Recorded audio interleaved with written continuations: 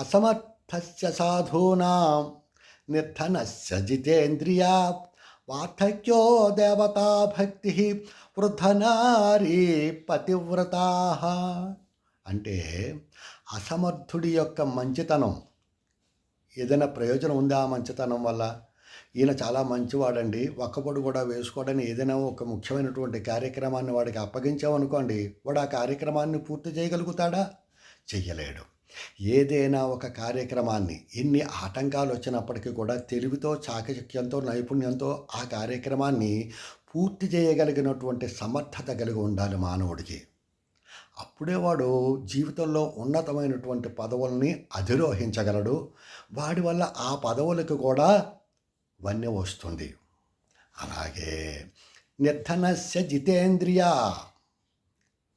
వాడి దగ్గర ఆల్రెడీ పైసలేదు, కటిక దరిద్రుడు. వాడు జితేంద్రియుడేమిటి?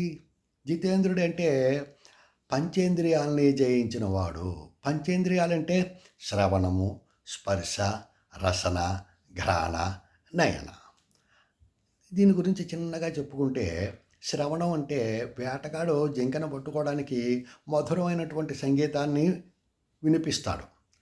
ఆ ధ్వని ఎక్కడి నుంచి వస్తుందో అని జింక లేడి అటువైపు పడుతుంది, వేటగాడికి కనబడిపోతుంది, బలైపోతుంది. అలాగే స్పర్శ, మగ ఏనుగును పట్టుకోవడానికి వేటగాళ్ళు ఏం చేస్తారంటే ఒక పెద్ద గొయ్యి తీసి దాన్ని పైన వెదురు గడలు, ఆకులు వేసి కప్పేసి ఒక ఆడ ఏనుగుని దాన్ని కనపడేలా పెడతారు. ఈ మగ ఏనుగు ఆడ ఏనుగు కూడా వచ్చి ఆ గోతులో పడిపోతుంది, వేటగాళ్ళకి చిక్కుతుంది. అలాగే రసన అంటే చేప ఎరక బలైపోతుంది, గేలానికి చిక్కుకుపోతుంది పాపం. అలాగే ఘ్రాణ, తుమ్మెద పూల సువాసనకి ఆకర్షించబడిపోతుంది. అలాగే నయనం, మిడత మంట చూస్తుంది, అదేదో పెద్ద వెలుగు అనుకుంటుంది, ఇదంతా చీకటి, ఆ వెలుగు దగ్గరికి వెడదాం అనుకుంటుంది పాపం, అందులో పడిపోతుంది. మనిషి కూడా పంచేంద్రియాలని అదుపులో పెట్టుకోకపోతే వాటికి వశుడై జీవితాన్ని నాశనం చేసుకుంటాడు. అది డబ్బున్న వాళ్ళకి, భోగలాలసులకి. ఈ పేదవాడు, నిర్ధనుడు, వీడు ఆల్రెడీ కోరికలన్నీ చంపుకుని బతుకుతూ ఉంటాడు. వీడు జితేంద్రియుడేమిటి? ఒక జితేంద్రుడైనా లాభం ఏమిటి? అది లెక్కలోకి వస్తుందా? రాదు కదా. అలాగే వార్ధక్యో దేవతా భక్తి. అందరూ అనుకుంటారు నేను ఇంకా వయసులో ఉన్నాను కదా, అప్పుడే ఆధ్యాత్మిక చింతనకి ఇది టైం కాదనుకుంటారు. కానీ అలా కాదు. దంతంబుల్ పడనప్పుడే, తనువు నందారుడి ఉన్నప్పుడే, కాంతా సంఘము రోయనప్పుడే, జరాక్రాంతంబుగానప్పుడే, వింతల్ మేన సల్పనప్పుడే, కురుల్ వెల్వెల్లగానప్పుడే, చింతిం పందగుని పదాంబుజము శ్రీకాళహస్తీశ్వర. ధూర్చట అంటాడు. దైవభక్తి అన్నది దంతంబులు పడనప్పుడే, అంటే ముసలితనం ఏక పళ్ళు రాలిపోతూ ఉంటాయి కదా, ఒక్కొక్క దంతం ఒక్కొక్క పన్ను ఊడిపోతూ ఉంటాయి. అలాగే జరాక్రాంతంబుగానప్పుడే, శరీరంలో తనువునంద అరుఢి ఉన్నప్పుడే, శరీరంలో ఓపిక ఉన్నప్పుడే, కాంతా అసంఘము రోయనప్పుడే, స్త్రీలు ఈ వార్ధక్యాన్ని చూసి అసహించుకోక మునిపే, జరాక్రాంతంబుగానప్పుడే, ఒళ్ళంతా కూడా ముసలితనం వచ్చేసి ముడుచుకుపోక మునిపే, వింతల్ మేన సల్పనప్పుడే, శరీరంలో అనేక వింతలు వస్తూ ఉంటాయి, అవునా.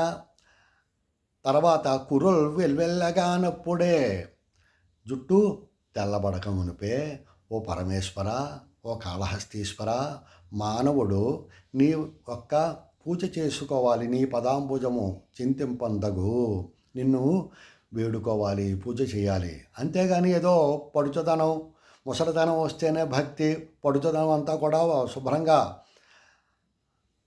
తిరగడమే అని అనుకోకూడదు మానవుడు. నిజానికి భక్తి హృదయపూర్వకంగా ఉండాలి. అప్పుడే నిష్కల్మషమైనటువంటి భక్తినే భగవంతుడు కోరతాడు తప్ప నుదుటి మీద శుభ్రంగా విభూతి రాసేసేసి దుస్సాలువా ఒకటి గప్పేసేసుకుని అందరూ చూస్తున్నారా లేదా అని పటాటోపం పనికిరాదు, బడాయి పనికిరాదు. నిజానికి దేశసేవ కంటే దేవతార్చన లేదు, స్వార్థపరత కంటే చావు లేదు. దేశసేవ కంటే దేవతార్చన లేదు. బోర్డర్లో సైనికులు హిమాలయ పర్వతాల్లో కాళ్ళు పుళ్ళు పడిపోయి కన్ను ఇలాగ ఒక్క నిమిషం ఊస్తే తీవ్రవాదులు, ఉగ్రవాదులు ఎక్కడ లోపలికి సరిహద్దులు దాటుకొస్తారో అని వాళ్ళు పహరా కాస్తూ ఉంటారు. వాళ్ళకి మనం ఎప్పుడు కూడా రుణపడి ఉంటాం.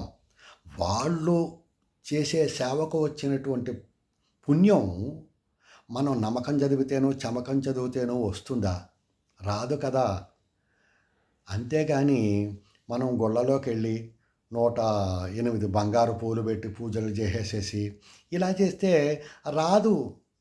మనం జాగ్రత్తగా దేశ సేవ చేయాలి. మానవ సేవే మాధవ సేవ అని శాస్త్రాలన్నీ కూడా చెప్తున్నాయి. మానవుడు అది గ్రహించాలి.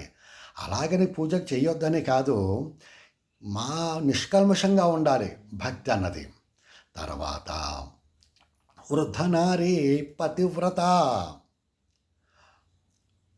పడుచుదనంలో అందరిని ఏడిపించి, మొగుడిని ఏడిపించి, అందరినీ ఏడిపించి, లేకపోతే భర్త భార్యను ఏడిపించి, జనాలను ఏడిపించి, వార్ధక్యం వచ్చాక నేను చాలా మంచివాడిని అంటే లాభమే ఉంది? లాభం లేదు కదా. పూర్వం ఒకడు ఉండేవాడు, వాడి భార్య వీడు ఏదంటే దానికి వ్యతిరేకం. అలాగే గడుపుకొస్తున్నాడు పాపం. ఇంకో 4 రోజుల్లో తల్లి తద్దినం వచ్చింది. వీడికి ఏం చేయాలో పాలుపోవడం లేదు. తన స్నేహితుడికి చెప్పుకున్నాడు. వాడన్నాడు, ఒరే నాయన ఓ పని చేయి, నువ్వు ఏదంటే దానికి వ్యతిరేకం కదా అని ఒక సలహా చెప్పాడు. వీడు ఆనందపడ్డాడు, ఇంటికి వచ్చేసాడు. వచ్చేసి ఏంటి అంత సంతోషంగా ఉన్నారు?